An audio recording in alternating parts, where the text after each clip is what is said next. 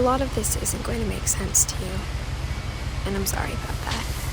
I'm just going to start at the beginning, with the house.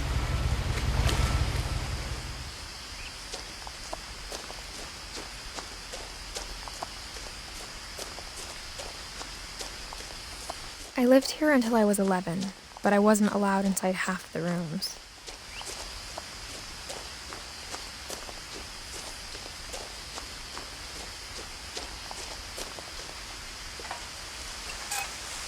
Inside the mailbox were bills from 7 years ago, marked urgent, open immediately.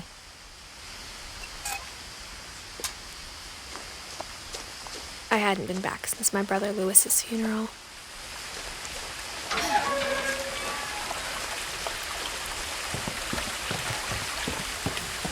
In her will, my mother left me a key, but didn't tell me what it unlocked.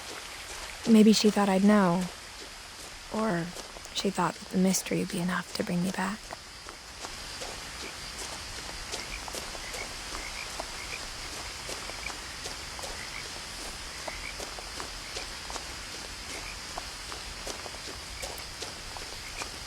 No one had driven this way in a long time, but I saw a few hoof prints.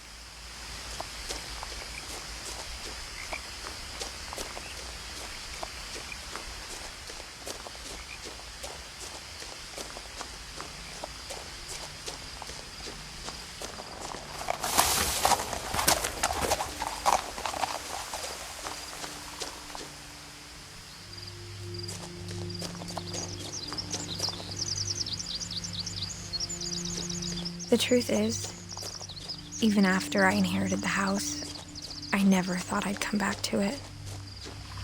But now I had questions about my family that only the house knew the answers to. The house was exactly like I remembered it, the way I'd been dreaming about it.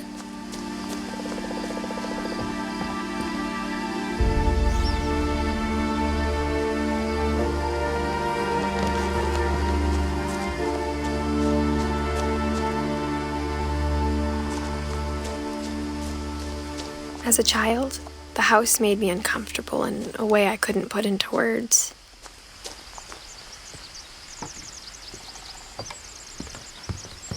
Now, as a 17-year-old, I knew exactly what those words were. I was afraid of the house. I hoped the key might unlock the front door. It didn't. Looking in, I felt like the house itself had been waiting for me.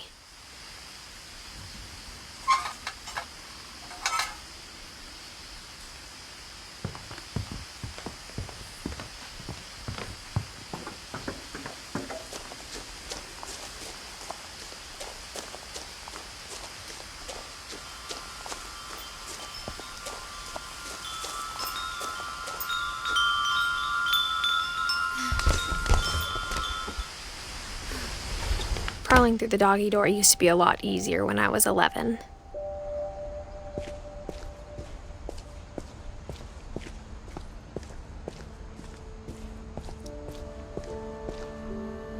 The power had been turned off the night we left.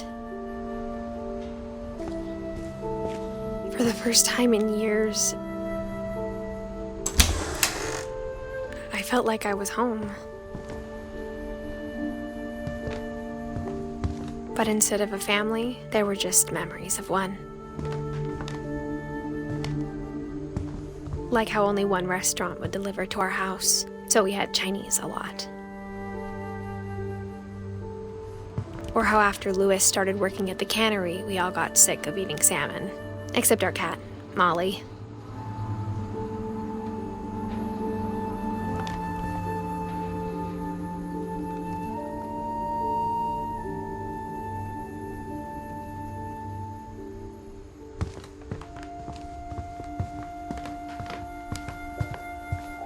The table was still a wreck from the night we left. It was like a bomb had gone off, killing everyone but sparing the furniture.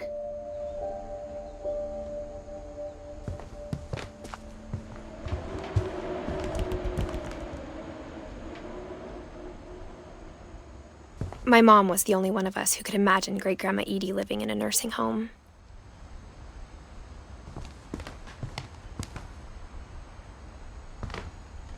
Nothing in the house looked abnormal. There was just too much of it, like a smile with too many teeth.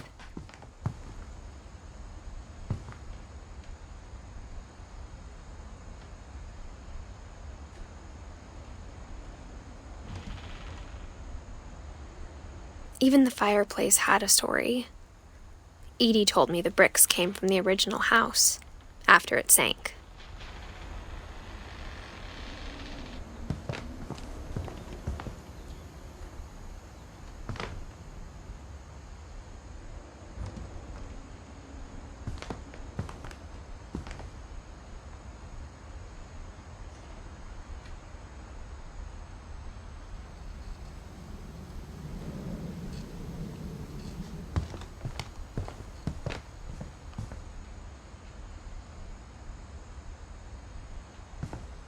Mom always told me to stay out of the basement, so I wasn't too surprised when the key didn't fit.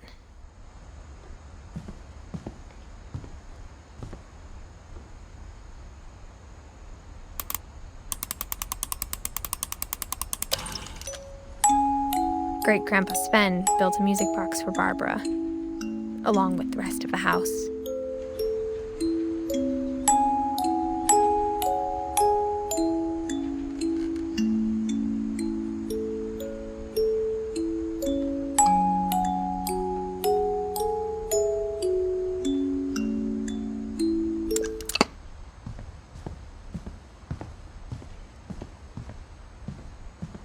My mom wasn't much of an optimist, but she never stopped believing that my brother Milton was alive. A lot of things got left behind in the whirlwind of that last night.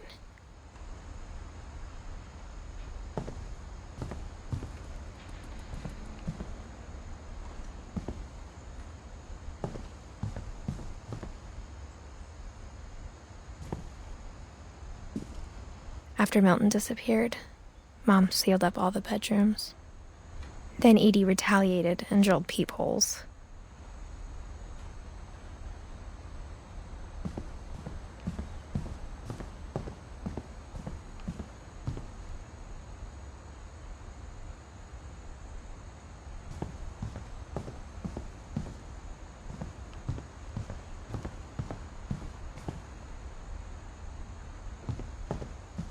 Edie's father, Odin, built the original house.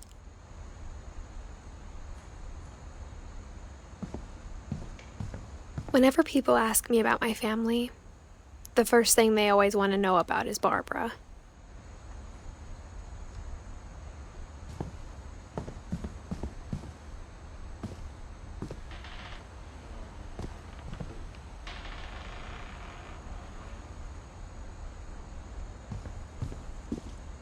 Mom must have locked the third-floor stairs on the night we left.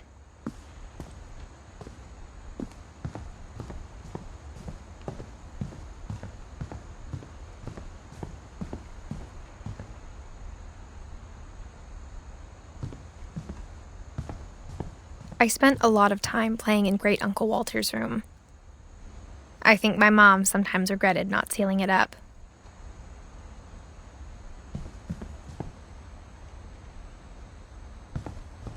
Lewis told me there were secret passages, but I never believed him.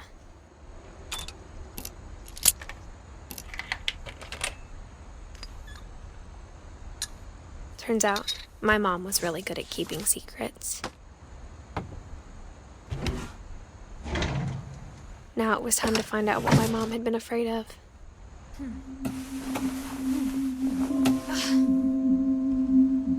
From the paintings on the wall, it was clear my brother Milton had been here before me.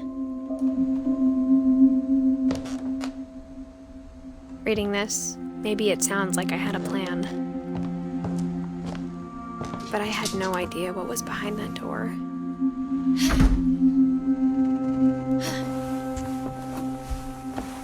Just like I had no idea where all this was gonna lead.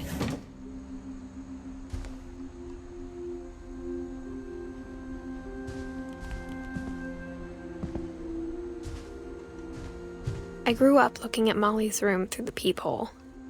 being inside for the first time, I felt like I'd stepped behind a painting.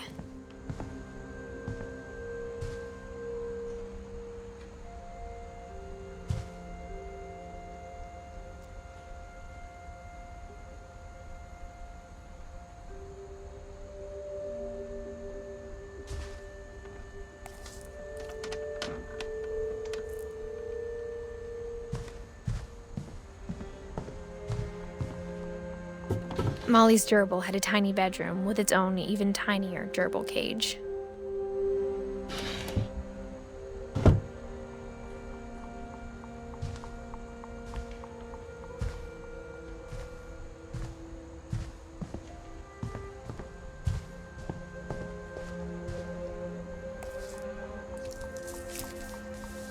December 13th, 1947.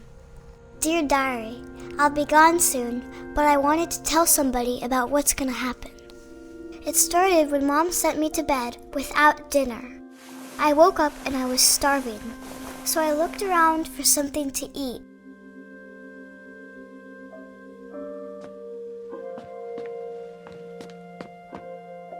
My Halloween candy was all gone.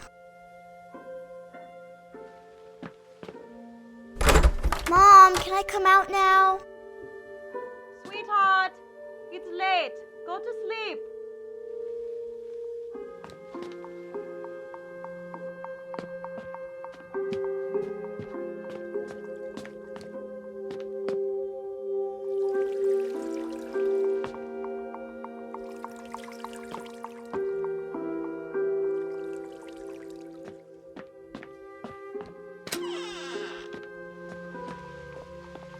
I kept eating and eating.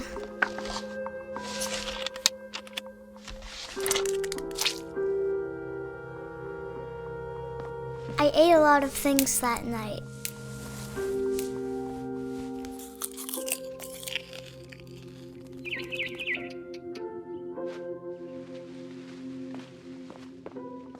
Then I heard chirping outside my window.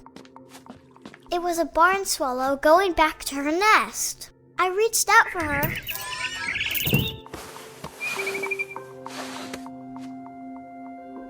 And suddenly, I was a cat.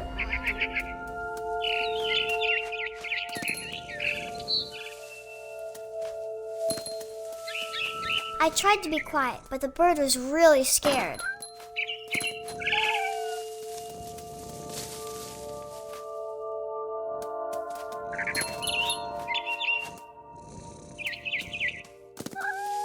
Mom and Dad didn't even look at me.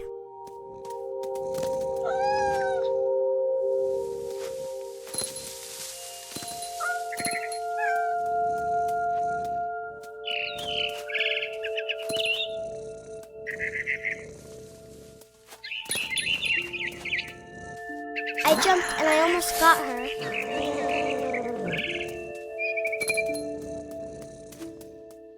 I could tell she was getting really tired.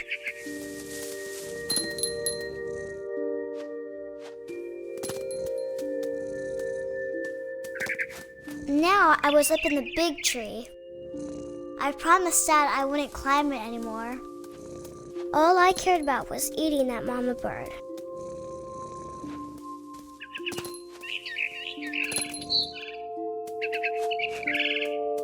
I gobbled her up. And suddenly, I was an owl. First, all I heard was the wind. Then I heard little teeth nibbling in the grass.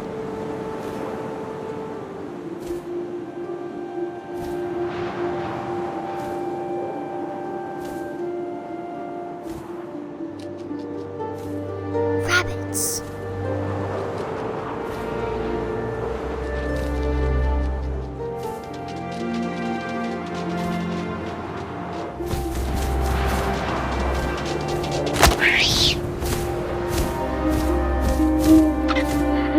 His face looking up and seeing mine through my talons.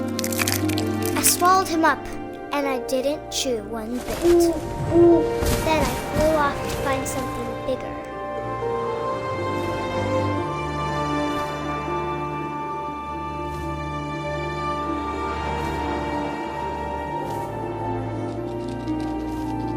A mama rabbit.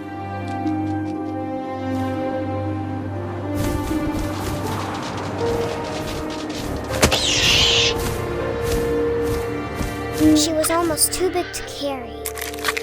I started choking, but I couldn't stop eating. And suddenly, I was a shark.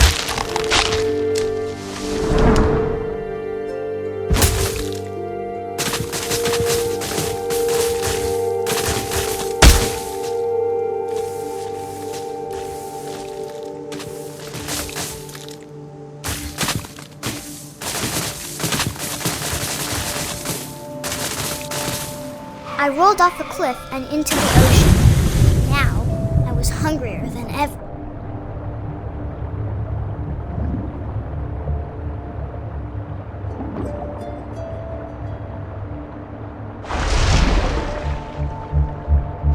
I wanted fat, juicy seals.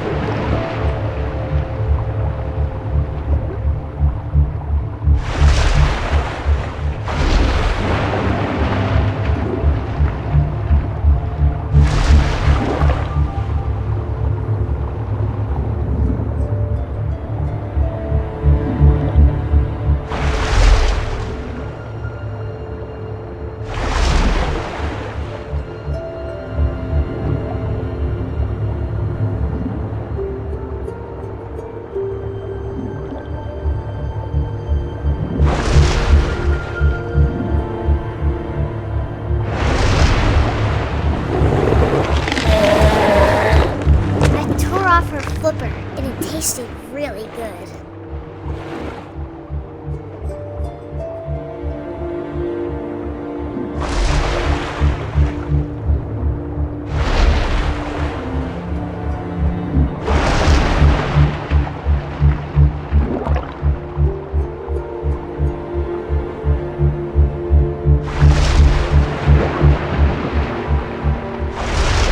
I grabbed on tight. I was so hungry, I jumped out of the water. When I opened my eyes, everything had changed.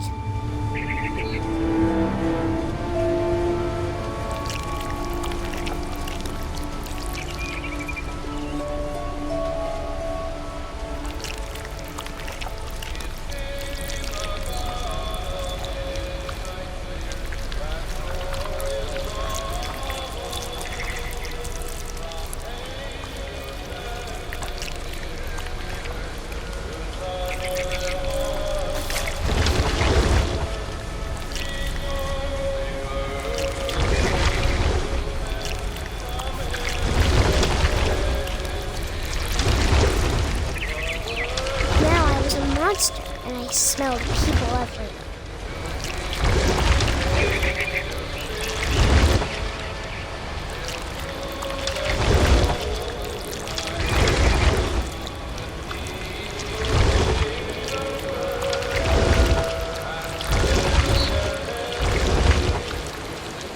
I was big, but I moved real quiet.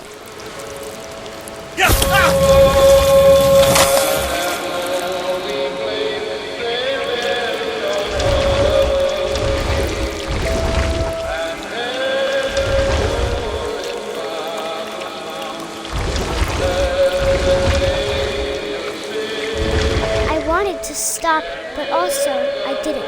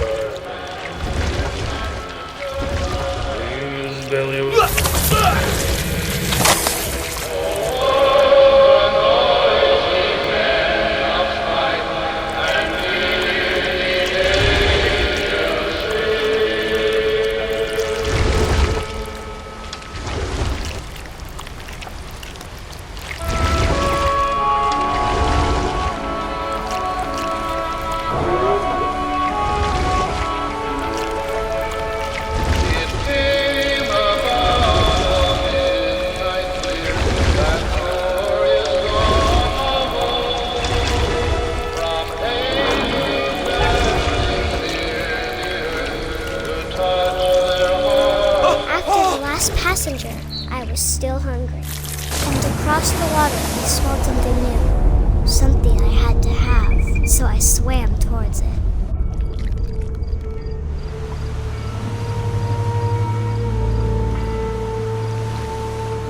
I slithered onto the sand, and the good smell went into an old pipe.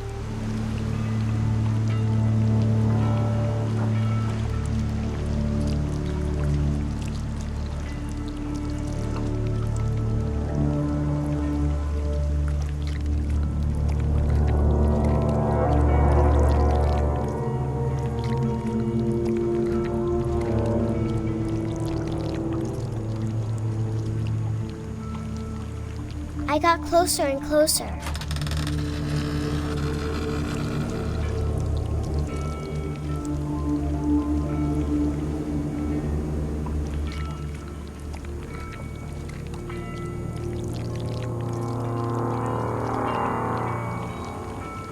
All of my stomach started growling. And suddenly, I was me again. I held my breath for a long time, but I couldn't hear anything. I think it's waiting for me to fall asleep. But it's not going to wait much longer. It needs to feed, and we both know I will be delicious.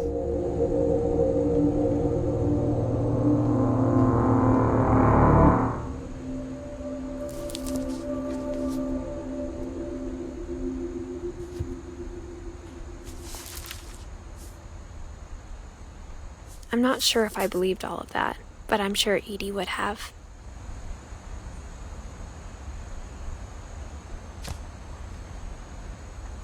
I got the sense Edie had spent a lot of time here, before my mom sealed the doors.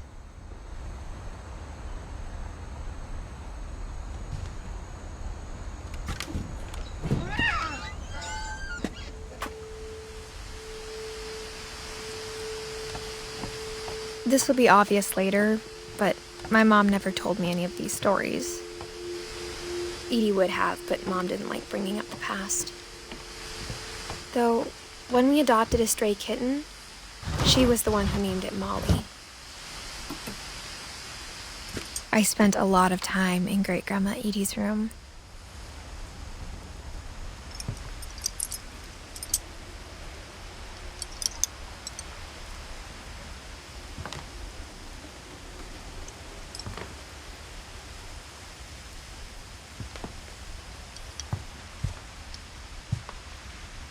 Louis died a week before we left, but Edie had already started to memorialize him.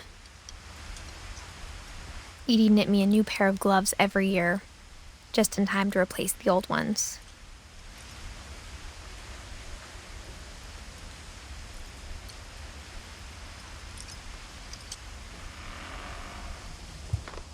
Her room was like a museum.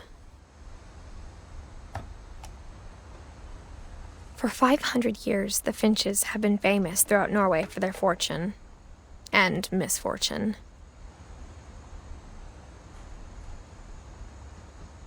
Odin Finch buries the latest victims of the family curse, his wife Ingeborg and their newborn son, Johan. On January 7th, 1937, he set sail with his family and his house, hoping to leave the curse behind. But 40-foot waves off the coast of Washington send the house and Odin to the bottom of the sea. Odin's daughter Edie, with husband Sven and baby Molly, step ashore on their new home, Orcas Island. Odin Finch is the first to be buried in the new family cemetery. His daughter Edie is already dreaming of a new Finch house.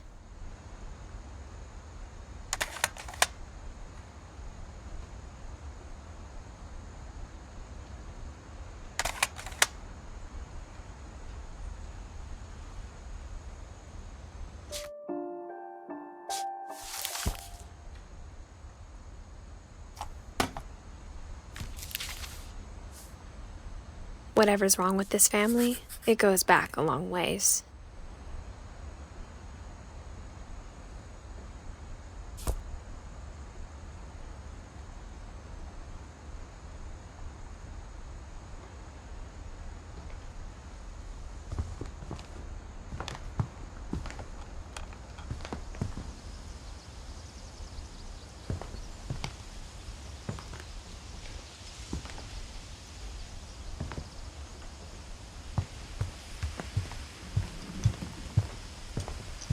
Edie gave a big interview about a mole man living under the Finch house.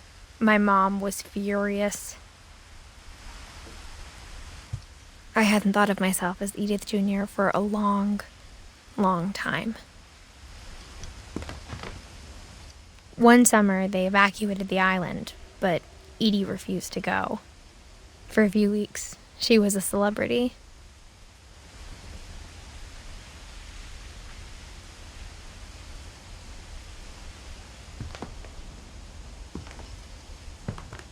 When Edie told people Sven was killed by a dragon, she could also have said he was building a dragon-shaped slide that collapsed. She could have, but she didn't.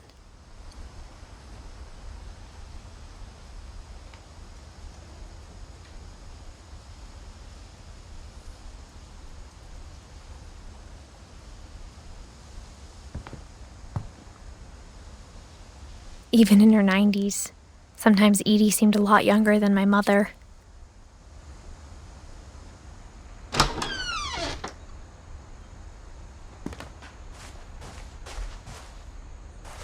The only trace Grandpa Sam's first wife, Kay, left on the house was the pink bathroom.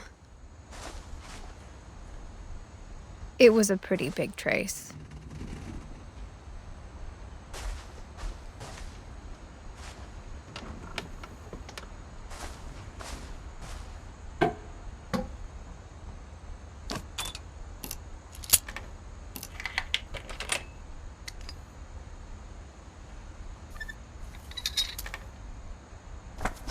There's a secret in this bathroom.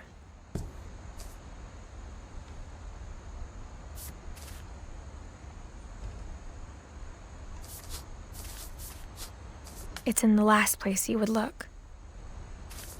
It isn't in the cupboard. It's hidden in this book.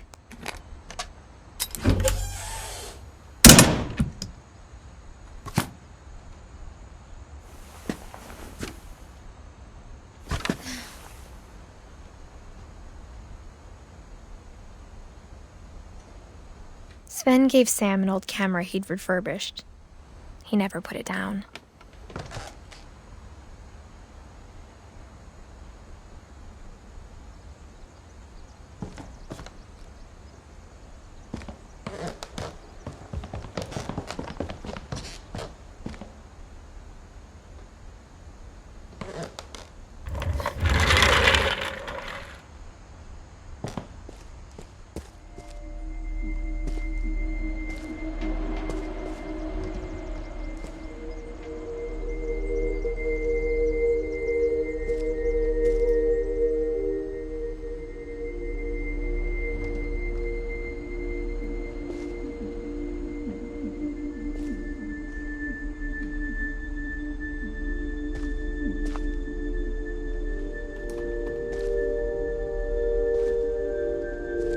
I knew Grandpa Sam had a twin.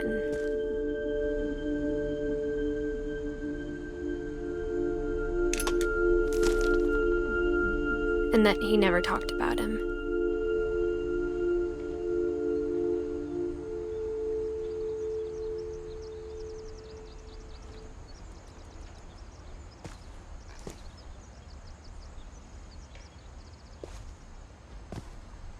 I guess my grandpa didn't like history any more than my mom did.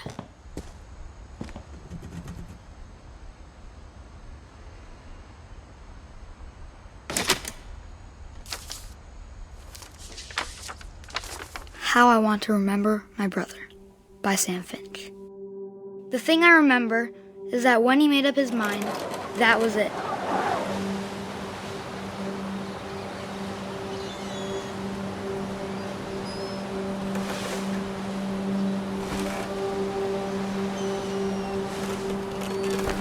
My brother said he'd die before he ate another mushroom. And he did.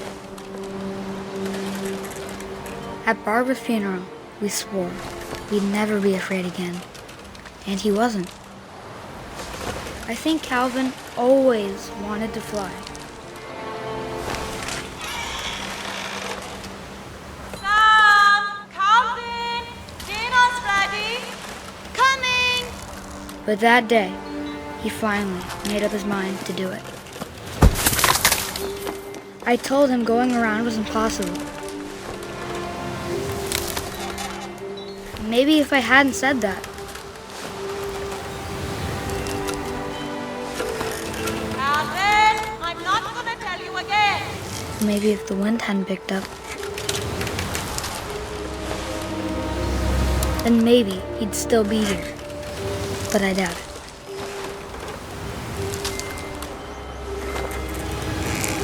I think he'd already made up his mind.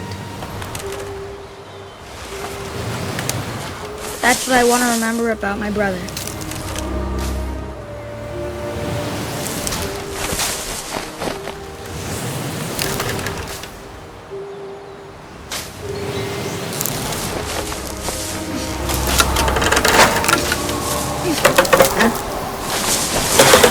The day he made up his mind to fly. And he did.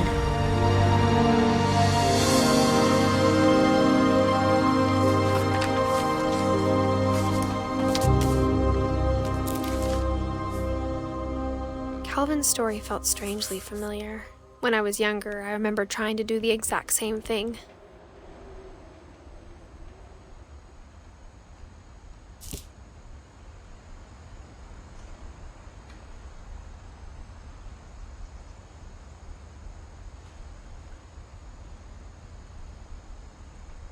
After the funeral, Edie roped off Calvin's half of the room.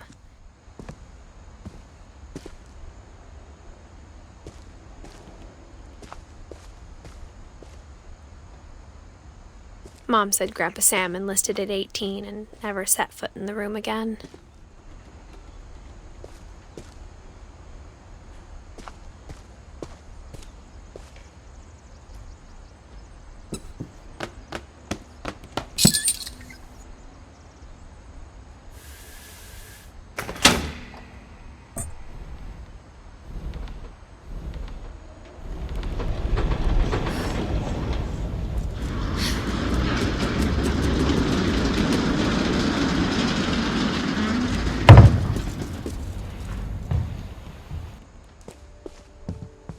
The passages were a pretty tight fit. They'd obviously been built for smaller hands and bellies.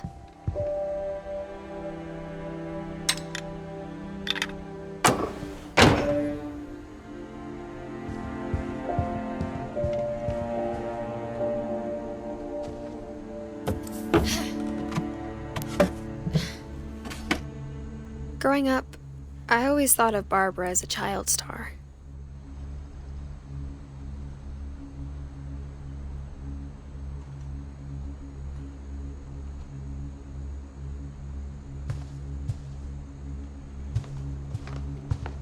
I never thought about how hard it must have been for her afterwards.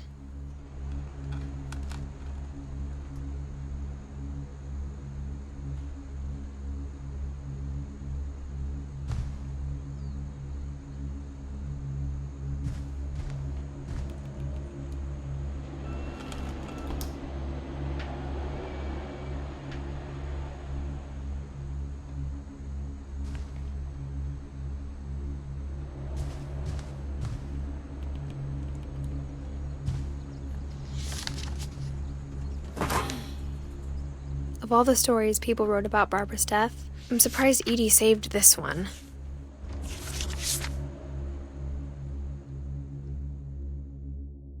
Old Jack here with another ghastly tale inspired by America's most unfortunate family.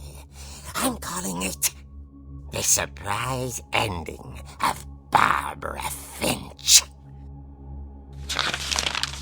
As a child star, Barbara was famous for her scream. Now at 16, she was all washed up, a has-been. But in a lucky break, she'd been asked to perform her signature scream at a local convention for monster movie fans. It was just the boost her career needed. Unfortunately, her scream hadn't aged well. Getting better. I think you just need the right motivation. Her biggest fan and current boyfriend, Rick, was about to demonstrate when... Now that was a great scream. It was Barbara's father, Sven. He'd slipped into a table saw and had to be rushed to the emergency room. So Barbara got stuck babysitting her youngest brother, Walter. Her convention comeback was cancelled. Okay, I'm hearing frustration, but I'm not hearing terror. What if I tried... A gang of hoodlums in Halloween masks have been terrorizing Orcas Island tonight. Police are urging residents to... That came from the basement. You're right! Also, I loved your delivery on that. Why is your basement door locked? Because my dad likes making puzzles and secret passages. There's a key hidden in the music box. The secret is to keep winding and winding until finally the key pops out. Thanks, babe. I'll be back in a sec. 20 minutes later, Rick hadn't returned. So Barbara went to look for him, right on cue. She reached for the music box.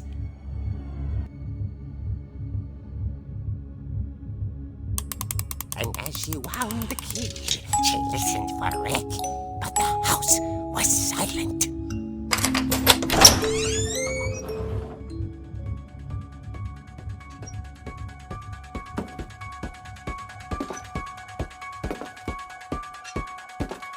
She found Rick's crutch and imagined the worst.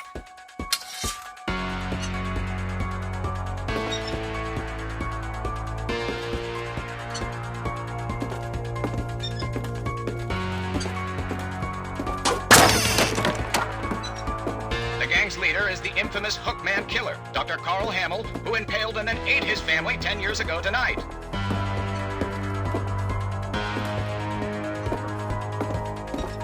The old fridge rattled and grew still.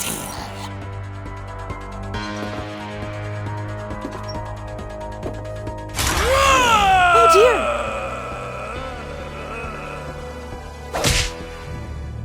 Oh! Rick? Barb, relax. I was just trying to scare you to help you find your scream. Well, I'm not scared, Rick. I'm furious. Then act furious. All I'm getting from you now is that you're hurt and confused and She threw him out, but she kept a little something to remember him by. Barb, have you seen my other crutch? And she was still holding it when she fell asleep watching the late picture show. Hours later... Barbara! Walter, what's going on up there? Ah! Okay, I'm coming up, but if this is a trick, you're dead, Walter.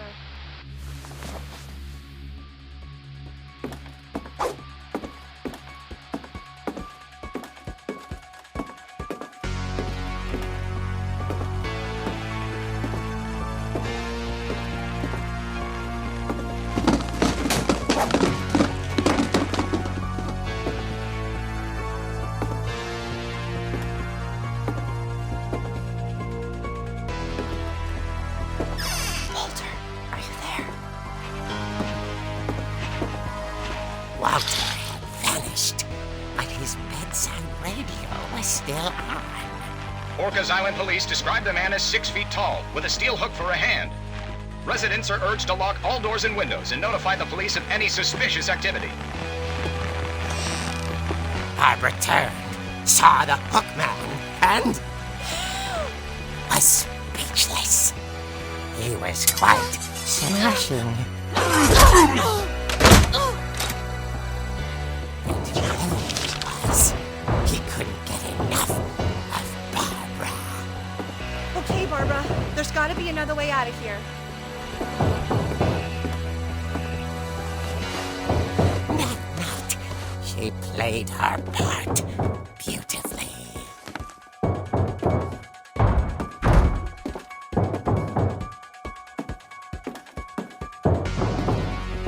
Molly's door hadn't been opened in years. The hinges groaned.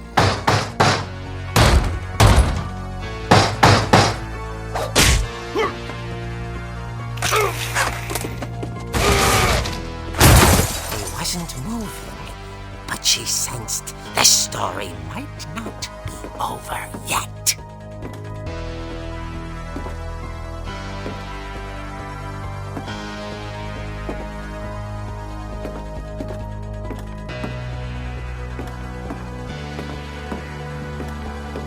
The hookman had vanished.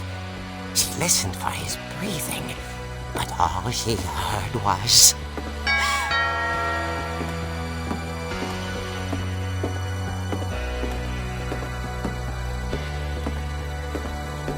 At the door, she heard whispering. It was coming from inside the house.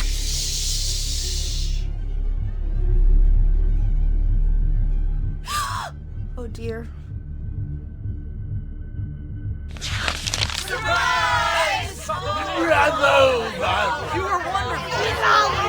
The monsters had come to surprise her. For Barbara, it was a dream come true. Then she saw what kind of monsters they were, and she realized what was about to happen. She was going to be famous. And with her final breath, Barbara Finch gave the performance of her life.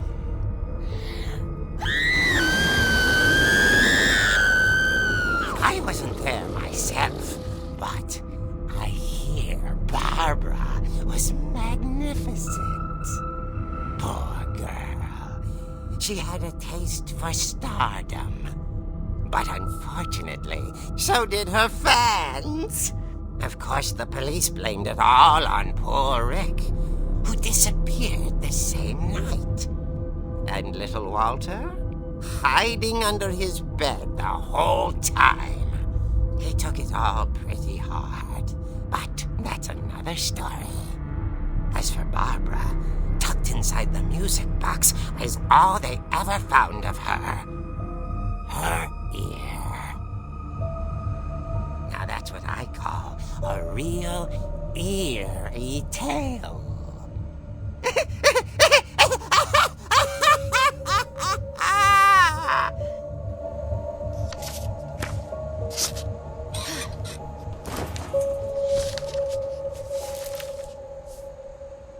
Edie told me all Barbara wanted was to be remembered, as absurd as that comic was.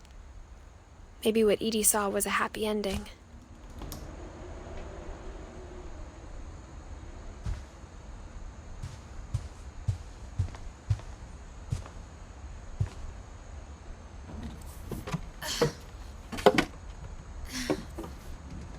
I guess now I know why Mom didn't like me playing with the music box.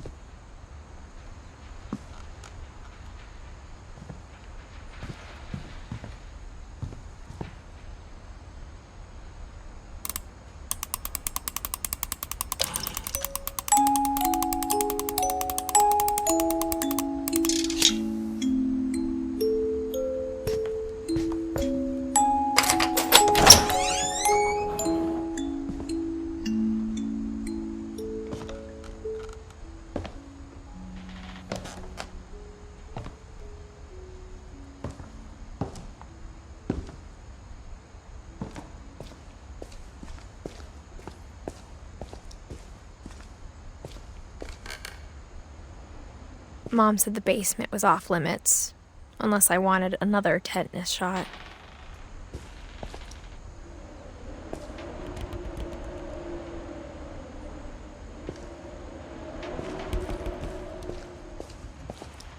I saw Edie sneak down to the basement once, carrying packages. I thought maybe she was hiding presents. It turned out she was hiding a lot more than that.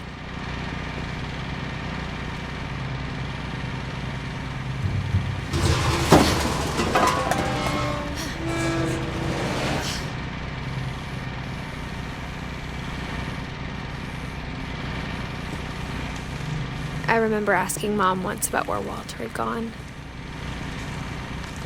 She said after Barbara died, he got as far away as he could.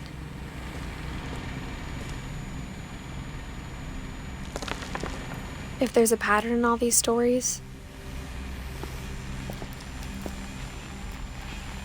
I think it's that none of us has gotten very far.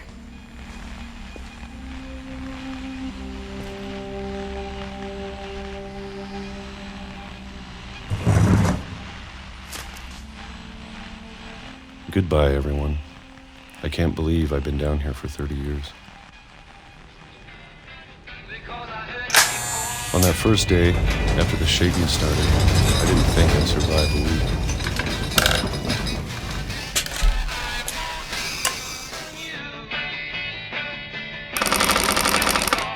But after a few days, I settled into a routine. That's what kept me sane.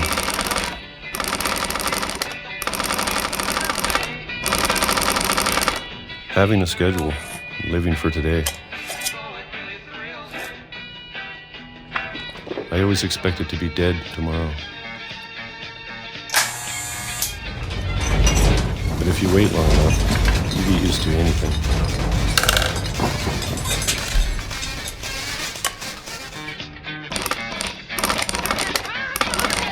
Even a monster on the other side of the door starts to feel normal. Almost friendly.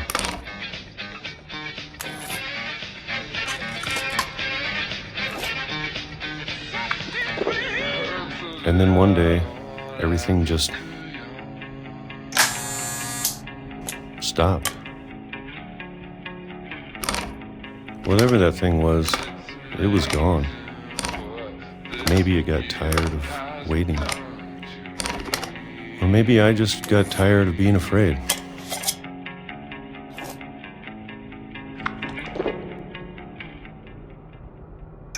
It's been a week now, the longest in 30 years. I'm done waiting. I have to leave while I still can.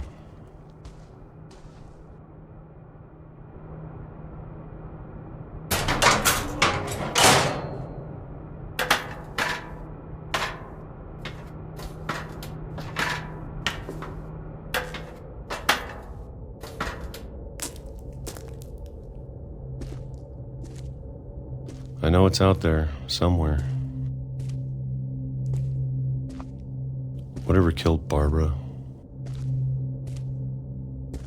and Molly.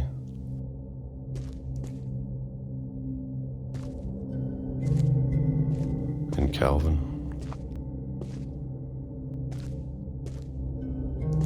Maybe this is all a mistake. But I need to stop living the same day, even if it kills me.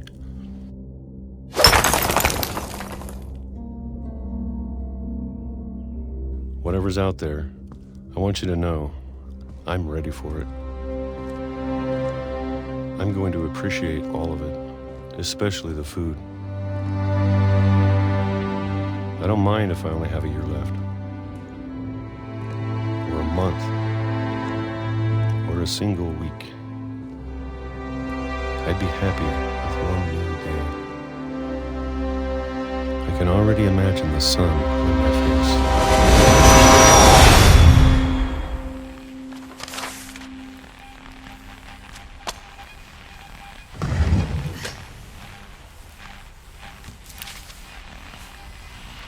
Walter died when I was 6.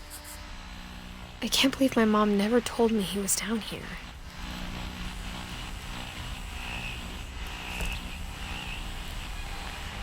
I'm sure my mom was trying to protect me.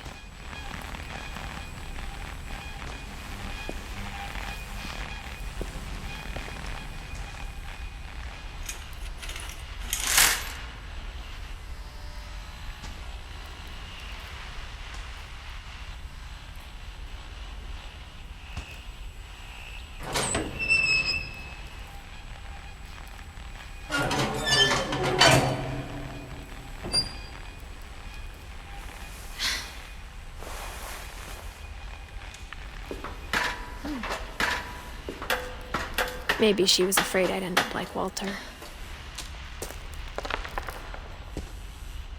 But if she never told me about an uncle under the house, I can only imagine what else she was hiding.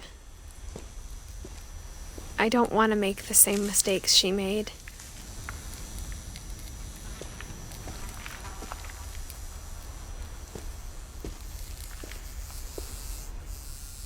Trying to bury something that's still alive.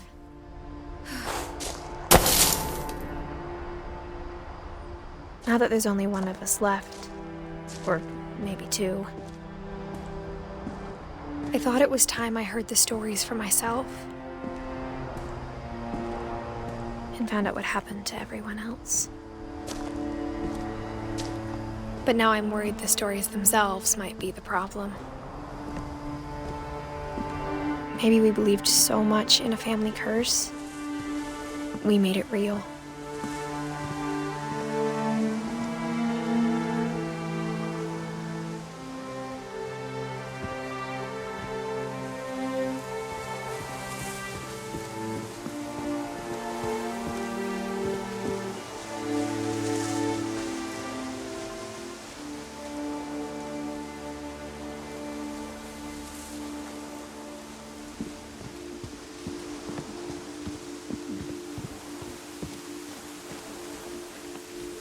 I don't know if I should even be writing this.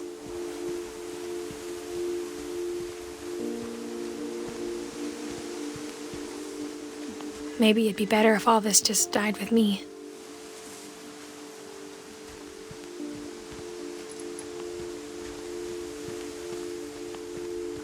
But I thought you should know about your family.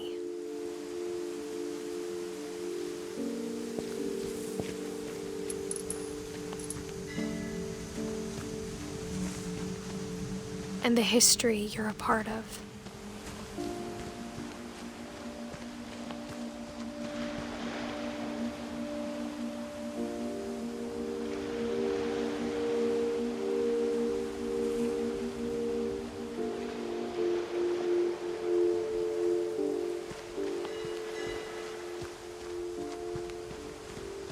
Though to be honest, I feel as lost as you probably do right now.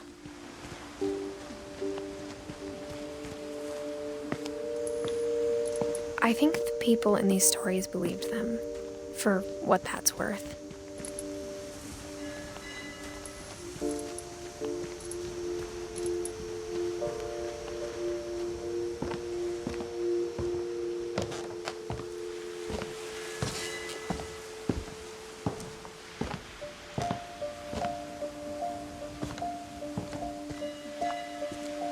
And when you look at the house, that history of imagination and stubbornness and madness, any of it seems possible.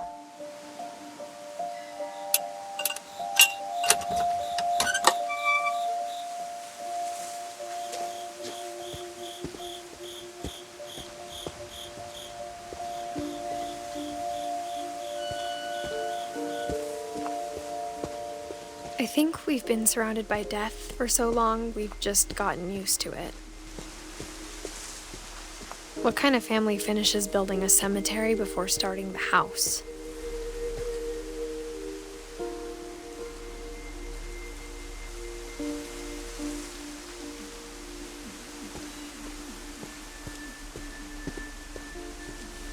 It's embarrassing for me to admit this, but the pet cemetery made me more uncomfortable than the human one.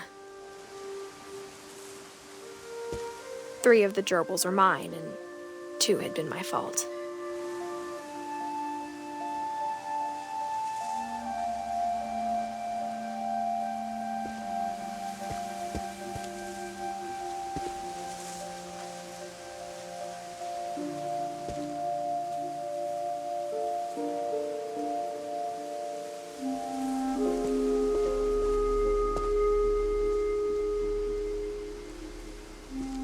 Sven built the house, but it was Edie who designed the cemetery.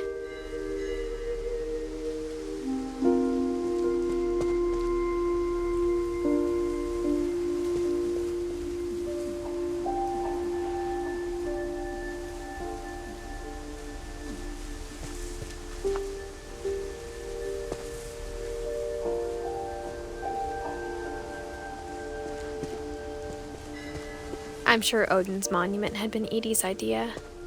My mom was always trying to move on, but for Edie, the past never went away.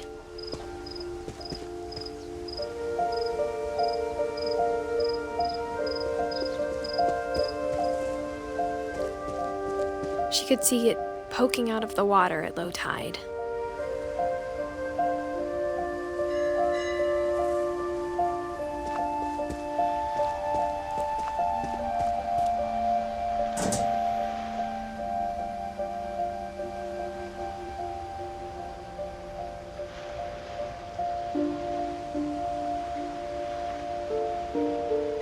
Edie said she dreamed about the old house every night.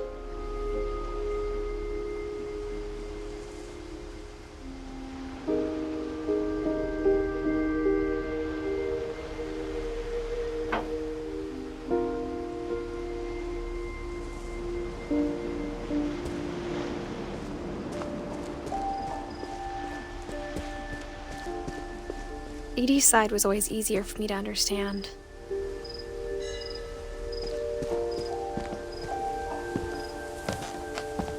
But the older I get, the more I can see where my mom was coming from. Her dad had been pretty strict, but it wasn't enough to save her brothers. She was just trying to do better.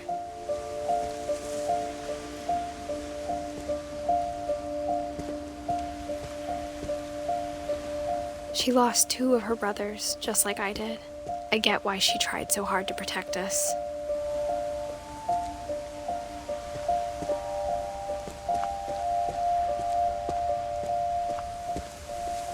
There's so many things I wish I could ask my mom now. Part of me thinks this is what she wanted all along.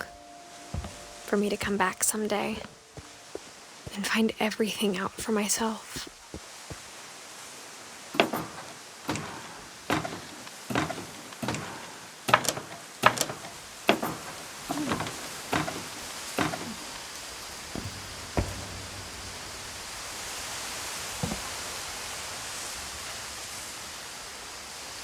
But looking back on it now,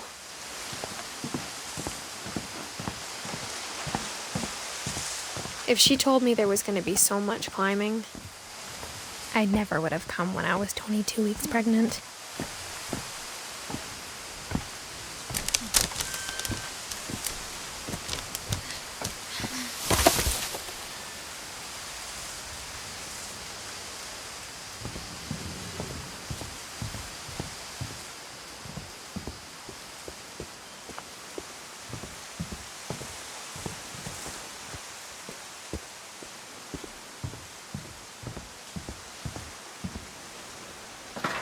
I never met Grandpa Sam, but I think he and my mom had a lot in common.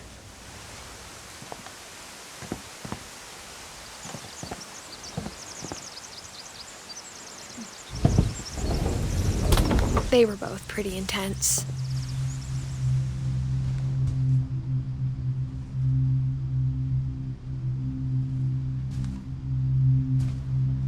Sam spent his life shooting photos, but Mom said he got nervous being in front of the camera. I guess we're all afraid of something.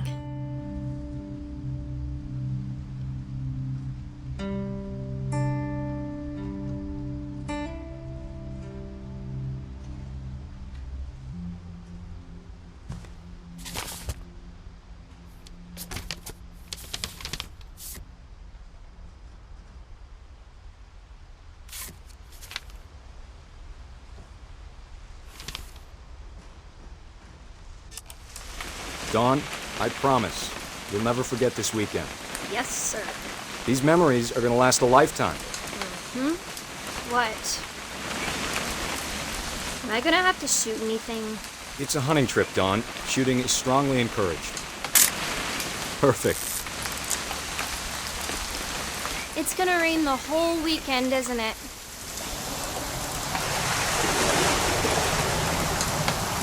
I will never forget this weekend, Dad. That's the spirit. Okay, got it. I'm gonna take some pictures, okay? Just be careful. That camera's older than you are.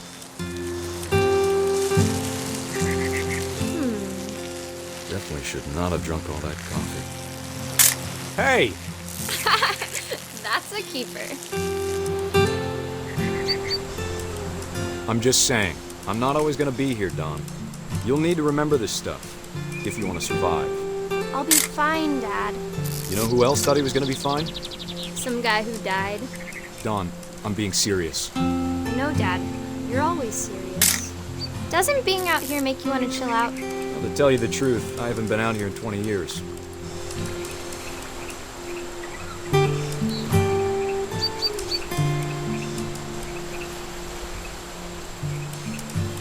Last time I was with my brother Calvin. Man, that was a great trip. Your grandpa Sven taught us how to fish, how to build a fire. We found an old logging trail. There were deer everywhere. I bet if I could remember where that trail was, we'd spot a buck for you in no time. Dawn, don't you think you could find something more interesting to photograph? Give me a minute to check the map.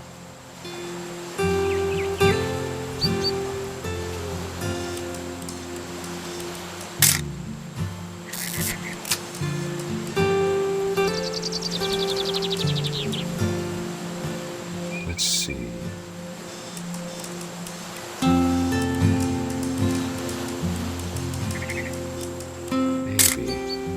You don't need to waste any more film on me, kiddo. Or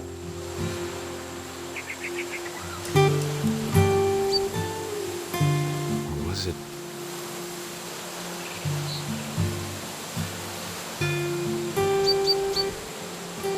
It could have been.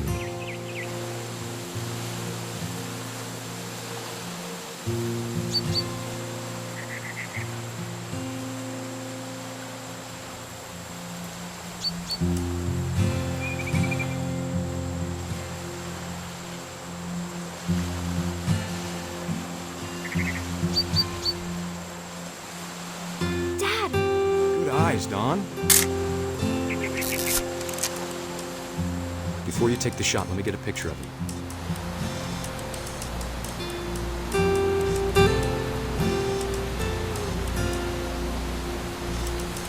Dad, I... Just breathe. Turn off your imagination. Let me get behind you. Do I have to do this? Dawn, you don't have to do anything. But if you want to survive, you'll need to be strong. Great shot, Dawn!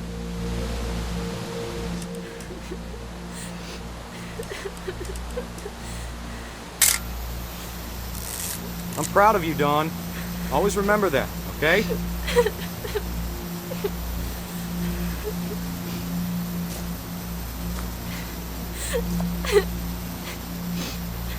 Sorry, Dawn, just gotta reset the timer.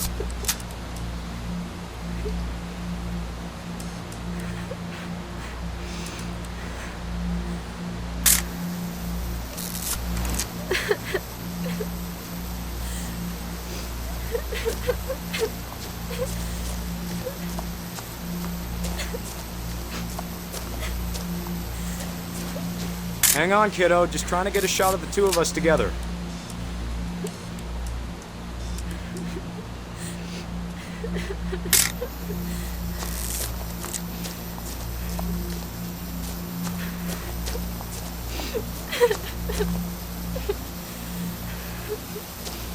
Dad, it's twitching. I think That's it's totally normal, Dawn. Just focus on the camera. Try not to think about... Dad!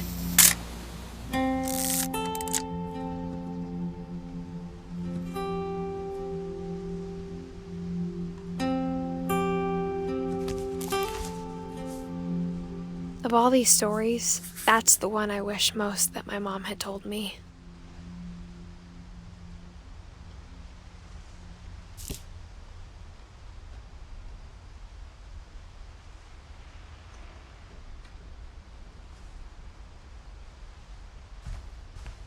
Instead of hiding from death, Sam seemed to go out of his way to meet it.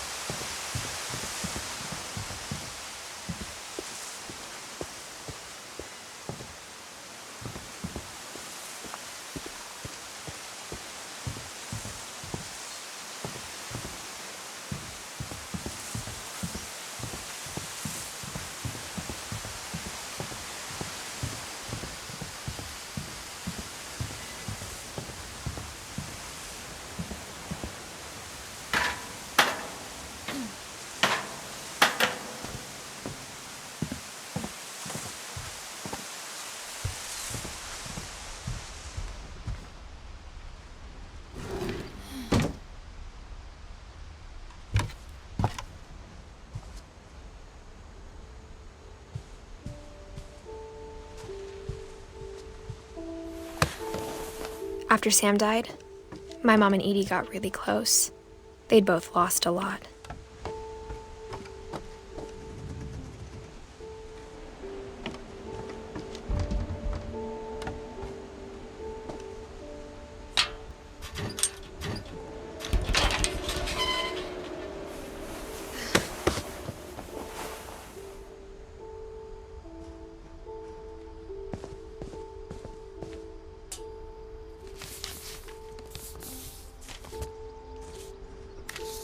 Dear Kay, do you remember the way Gregory used to laugh when he thought he was alone? Like something funny was happening, but only he could see it.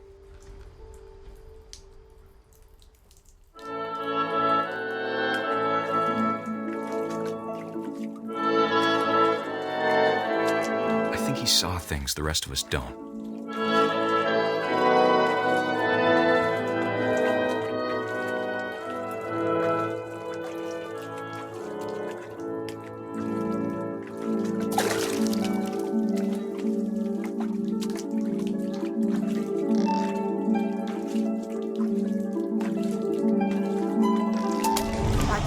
Gregory, it's time to...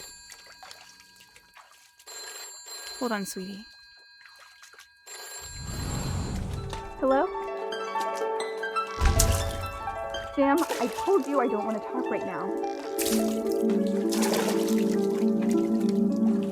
I wonder what he saw.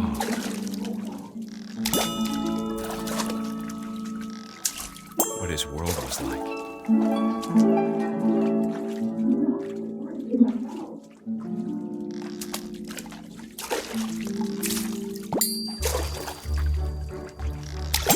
Reminded me so much of Calvin. Lost in his imagination. Whatever it was he saw, it sure made him happy.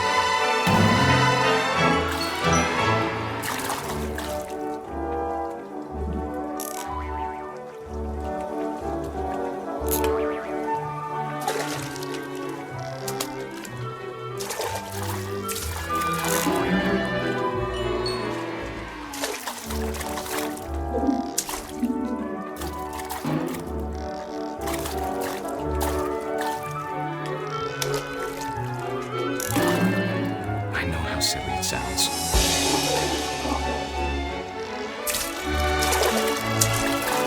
But I worried about a baby being too happy. But I could feel him slipping away. Sorry about that, Gregory. I know you did everything you could. Maybe if I hadn't called that night. Damn it. Hold on, I don't want Gregory to hear this. I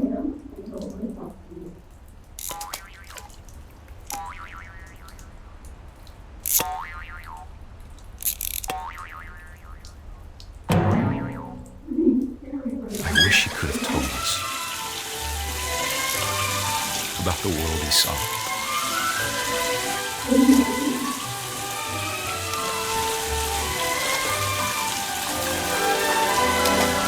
There's so much I don't understand about Gregory, about everything.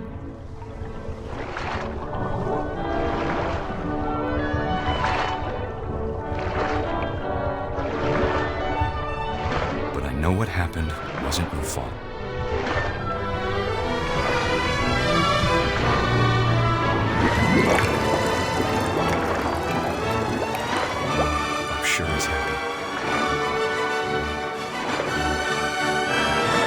want you to be happy too. Good luck, Kay. Love, Sam.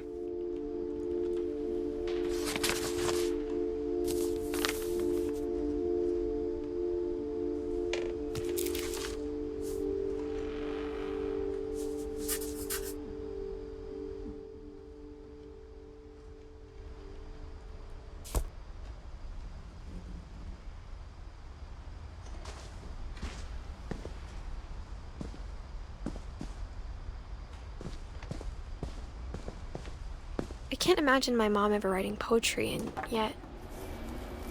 A poem for Gus, who always said the wedding was a bad idea.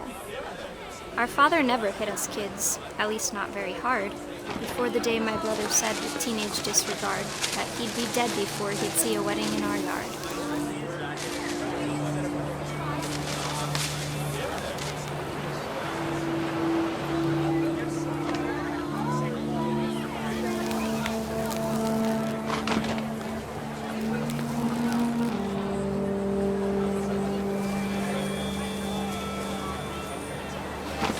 My father made him come, of course, but Gus stood far apart, just flew his kite and bottled up the storm inside his heart.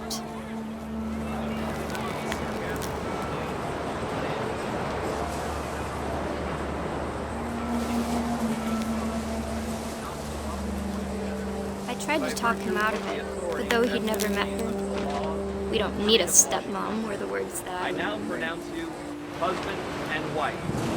You may kiss the bride.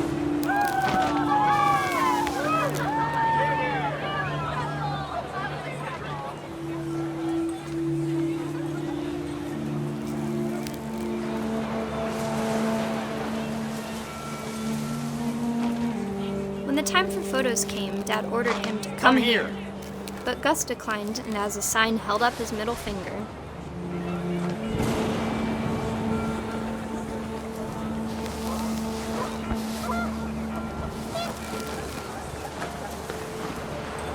The wind picked up, and panicked geese appeared and quickly went. But all the humans did that day was go inside the tent.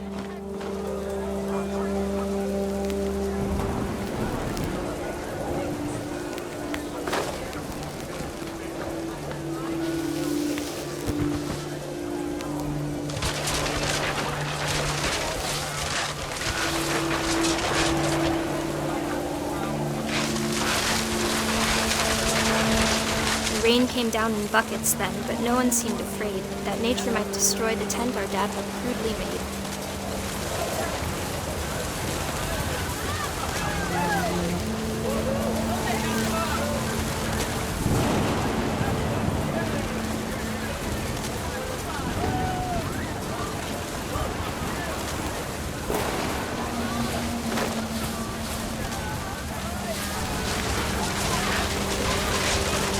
Thunder sounded much too close and full of angry power. But all my father said to this was, "Make the music louder."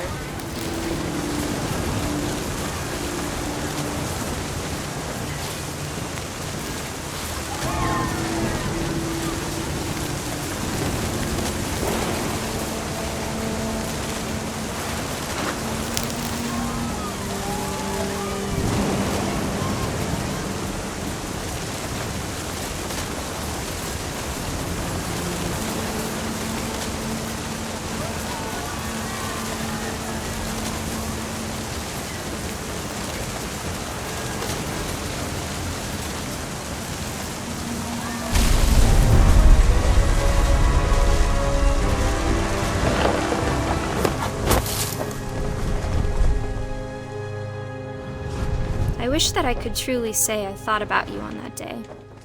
Out there on the beach alone, just you, the wind, the sea and foam. But I didn't, until we found you.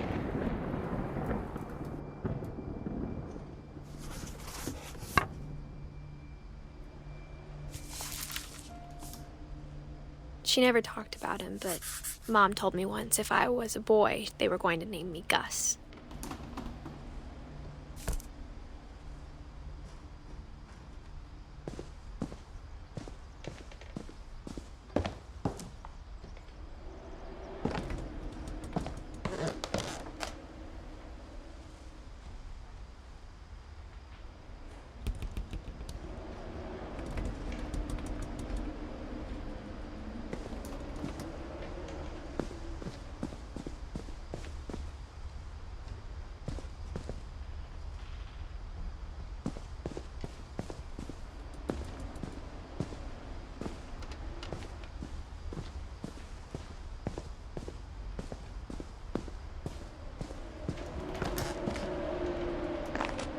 My mom moved up to the loft after her brothers died. At the time, it was as far away as she could get.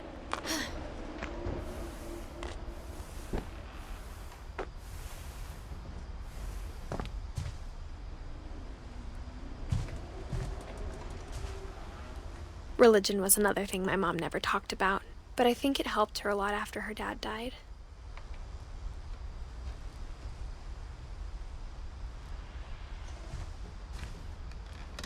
She spent a summer building houses in Calcutta, where she met my dad, Sanjay.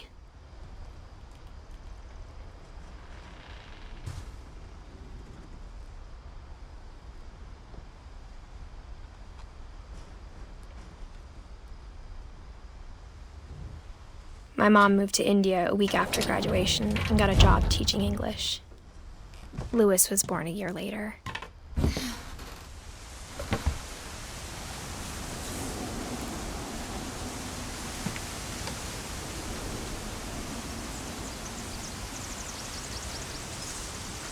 When my dad died, I don't think Mom knew where else to go. I'm sure Edie was happy to have her back.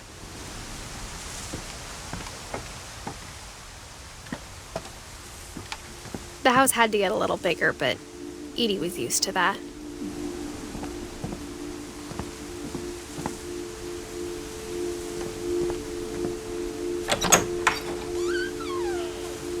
And for a while, things were good. Almost normal.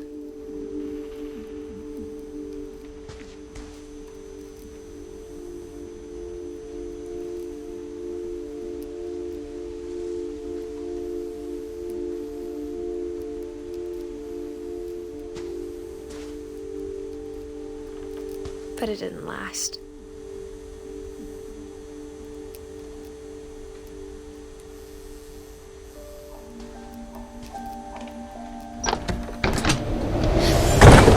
The beginning of the end was Milton's 10th birthday, when Edie gave him a castle.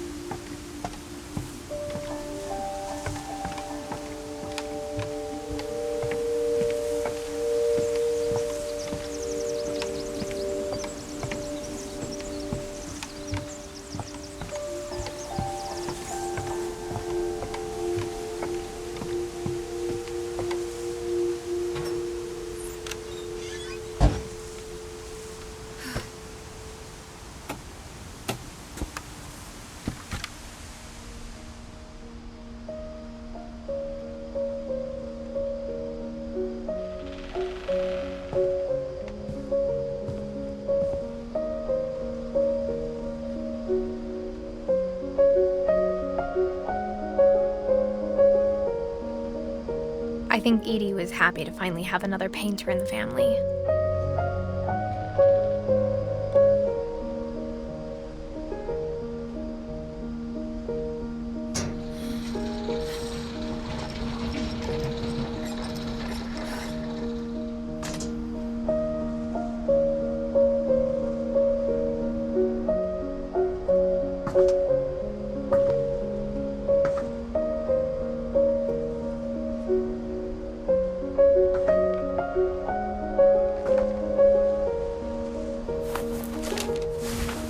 Milton Finch in The Magic Paintbrush.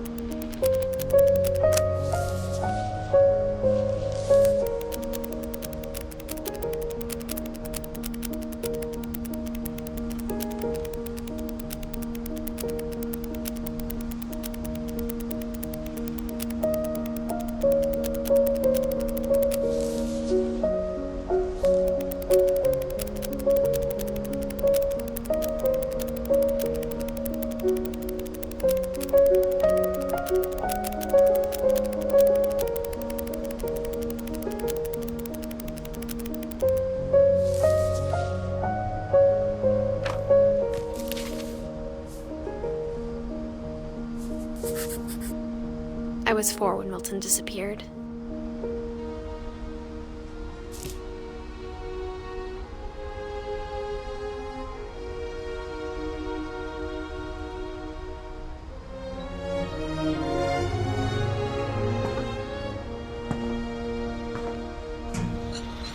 Mom spent months searching for my brother. Then she sealed the doors.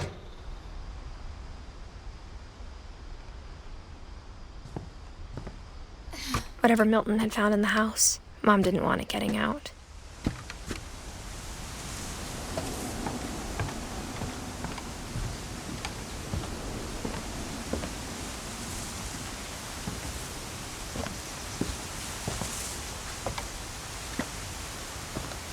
Mom definitely blamed Edie, but I think Louis blamed himself.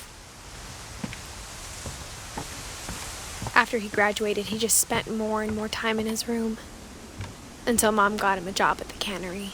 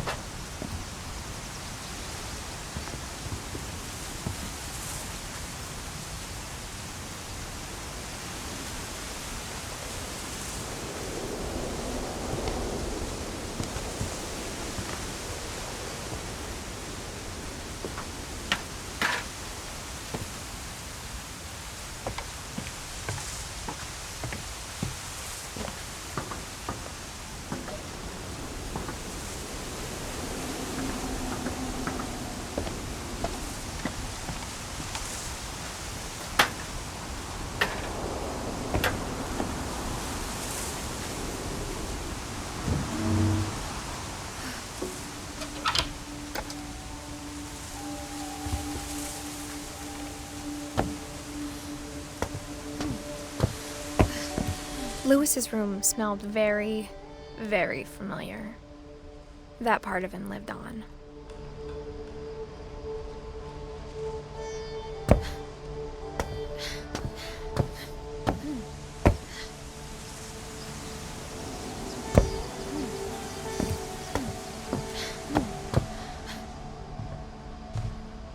Louis and I spent a lot of time playing games together, but he was surprisingly bad at them. He died a lot.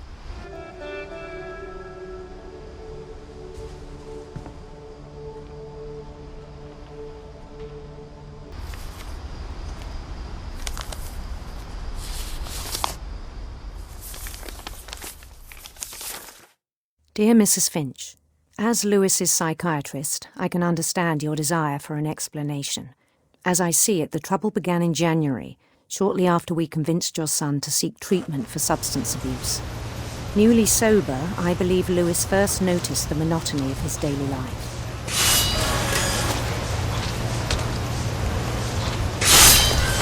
He kept working at the cannery, but he withdrew part of himself. In our sessions, I saw the same behavior. His mind began to wander. I asked him to describe it. He said he started small, imagining a labyrinth. He'd feel his way about. Then something moved. Bats and toads.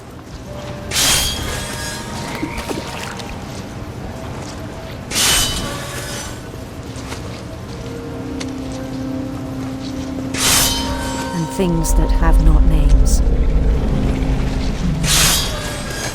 He knew it was all in his head.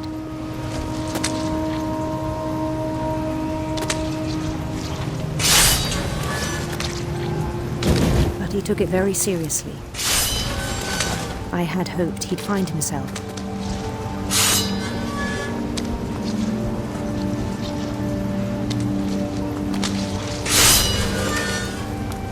But he found something more.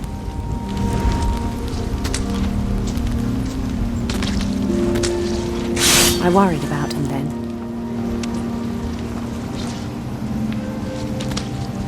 Daydreaming at the cannery. I spoke with his boss, but he said Lewis had become a model employee. Methodical, tireless, focused. Like a whole new Lewis. So I let him go on.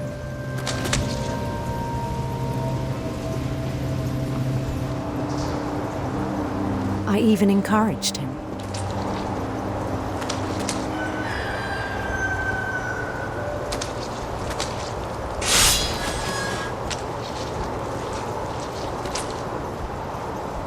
It seemed very promising at first. He told me he'd made a new friend.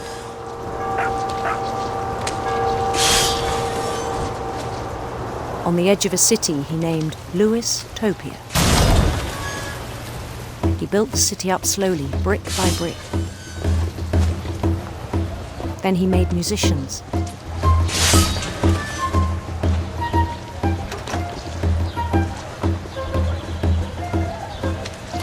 And songs for them to play. He talked about starting a band. And he was always humming something.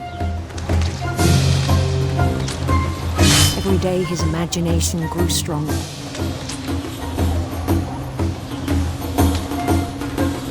He no longer spoke at the cannery.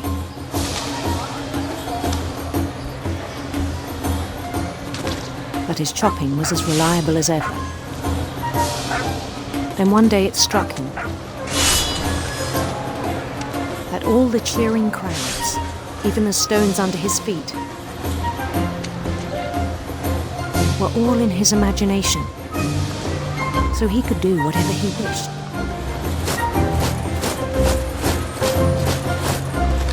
He held an election for mayor. And he won.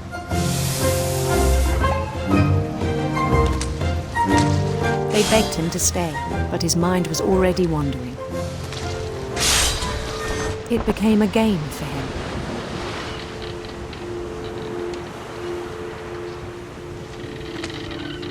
He'd conquer a city, then immediately push on. New Louisville.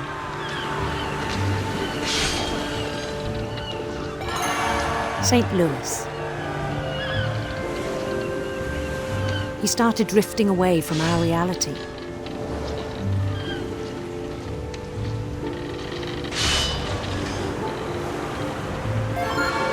Minneapolis, until one day he forgot to go home from the cannery. Even as his mother pleaded with him, part of Lewis kept sailing on.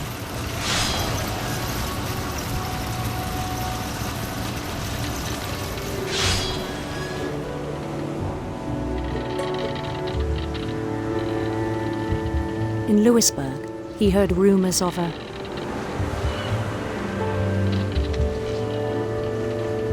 handsome queen.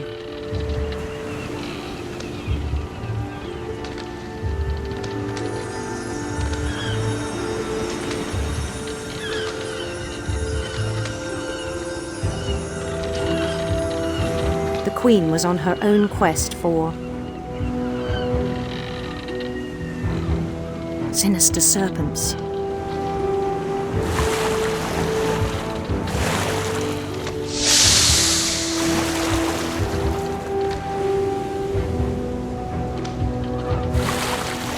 He followed the sound of her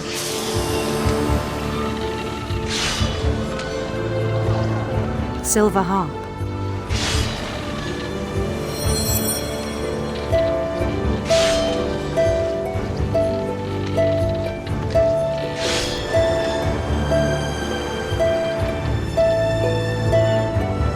His chase led him to a golden palace east of the sun and west of the moon. Even then, his logic remained sound. He knew the world was all in his imagination.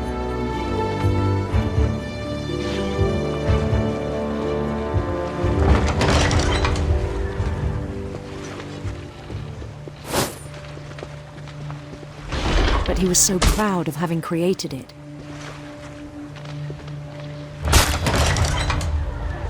In his own eyes, he'd become something greater than a king.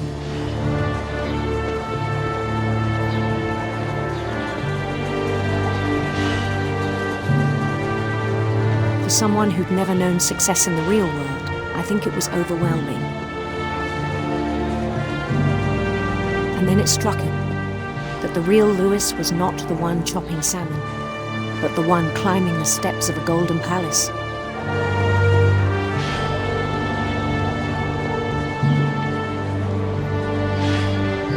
My imagination is as real as my body, he told me.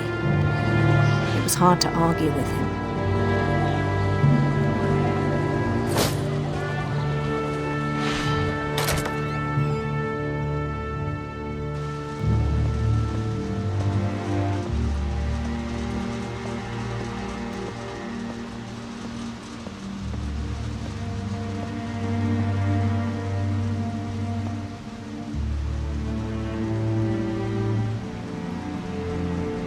Began to forget the world we know.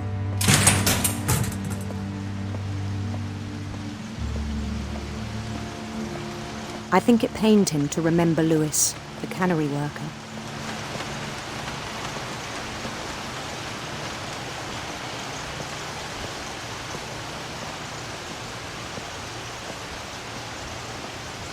He began to despise the man with a royal contempt.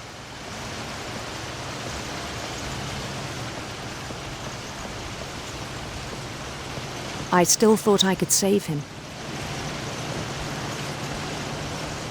Even after he said he was being crowned king over all the lands of wonder.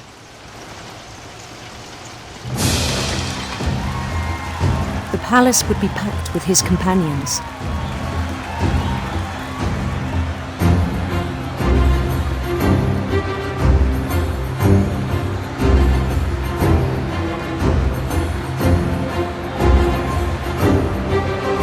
Including the wise Calico who'd insisted on inviting him.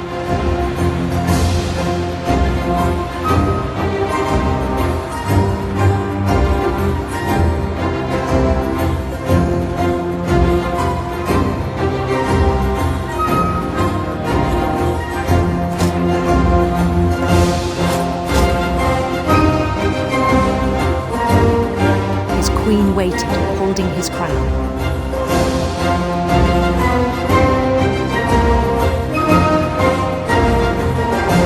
There was only one thing left to do.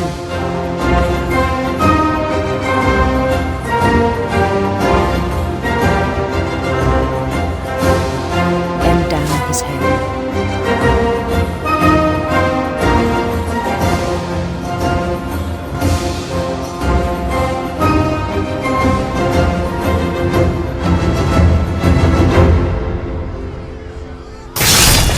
And the rest I think you know. Mrs. Finch, your son was a kind man who will be missed by all of us who knew him.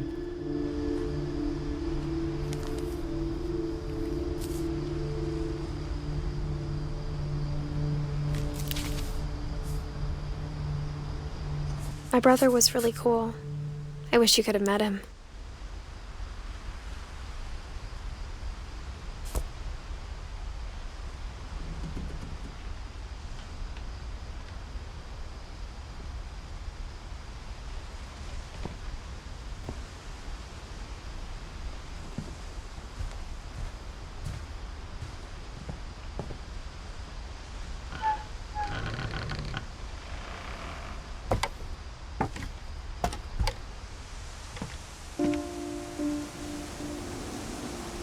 On the way back from Lewis's funeral, my mom told me to start packing. She waited until the day before we left to tell Edie. I'm not sure if she wanted to make it easier or harder.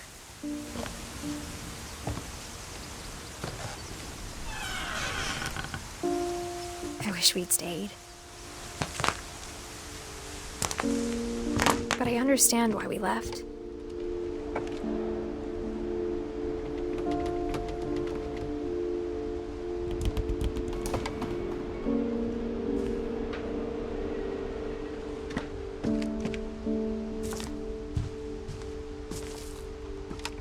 My mom ended up leaving everything behind.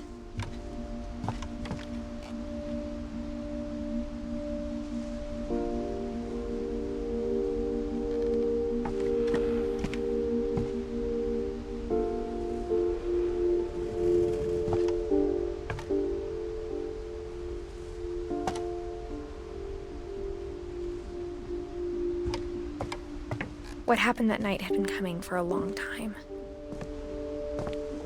Maybe it should have come sooner.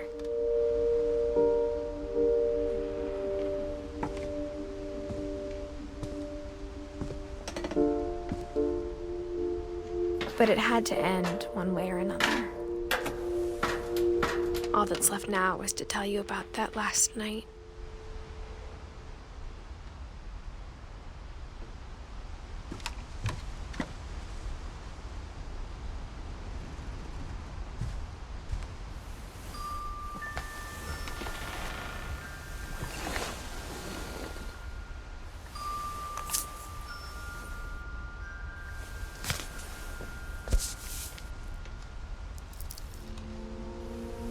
That whole last day, Edie just watched us pack and didn't say a word.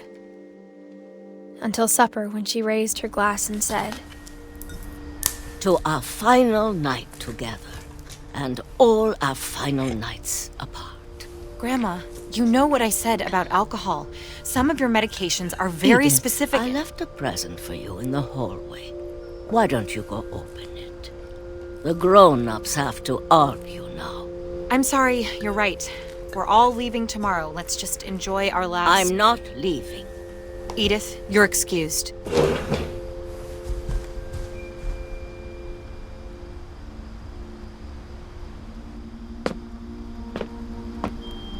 The power had been shut off that morning, but Edie always had plenty of candles. When my mom sealed the library, I don't think she knew about the other entrance, or that Edie had a key to it.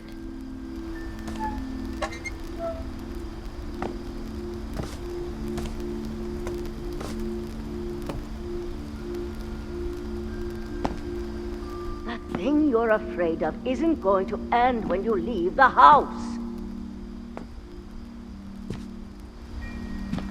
Edith has a right to know these stories. My children are dead because of your stories. I think it's best if Edith and I leave tonight. We'll have the nursing home send a van for you in the morning, okay? Dear Edith, there's so many stories I wish I could tell you, but there's only time for one. This is about what happened on the night you were born. That night, the tide went way, way out. It was the first and last time I ever saw the old house aground. There'd been an earthquake out in the middle of the ocean. They called it the lowest tide in 1,000 years. God, it smelled awful. You know, I've seen that house every day of my life.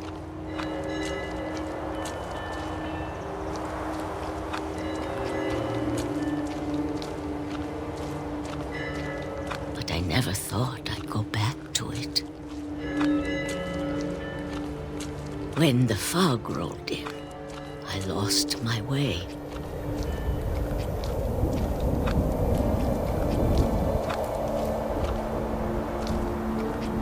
I got turned around.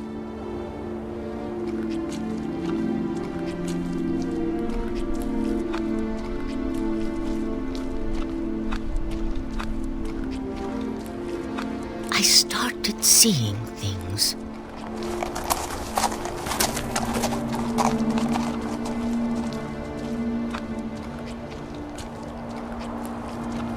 Things I'd forgotten had ever existed.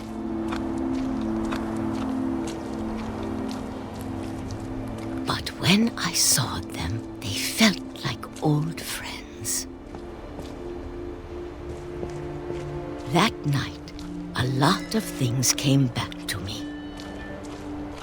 Or maybe I came back to them.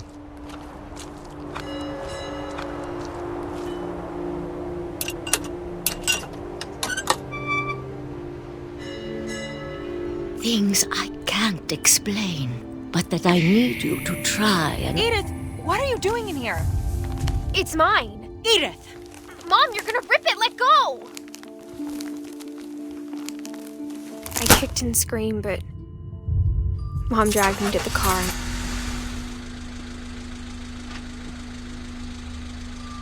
I never saw Great-Grandma Edie again. The next morning, the band came to pick her up, but she was already gone. After that, we moved around a lot.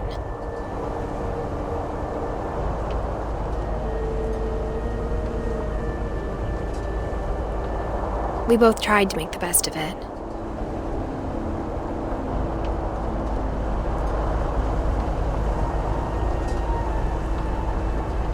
A few years went by.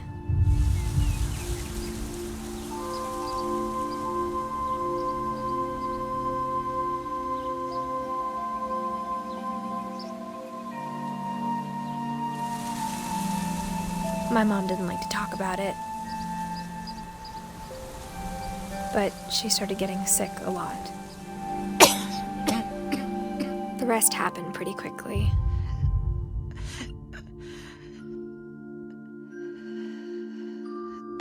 She got better for a while, and then she didn't. And then I was alone.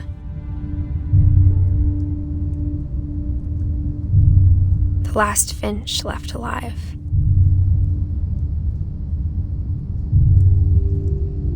Until I found out about you.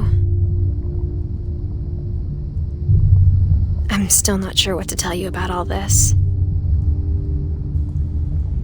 If we lived forever, maybe we'd have time to understand things. But as it is, I think the best we can do is try to open our eyes.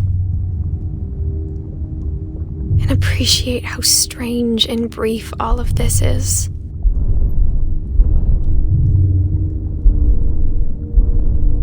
This journal was supposed to be for you. But now I hope you'll never see it. I just want to meet you and tell you all these stories myself. But I guess if you're reading this now, things didn't work out that way.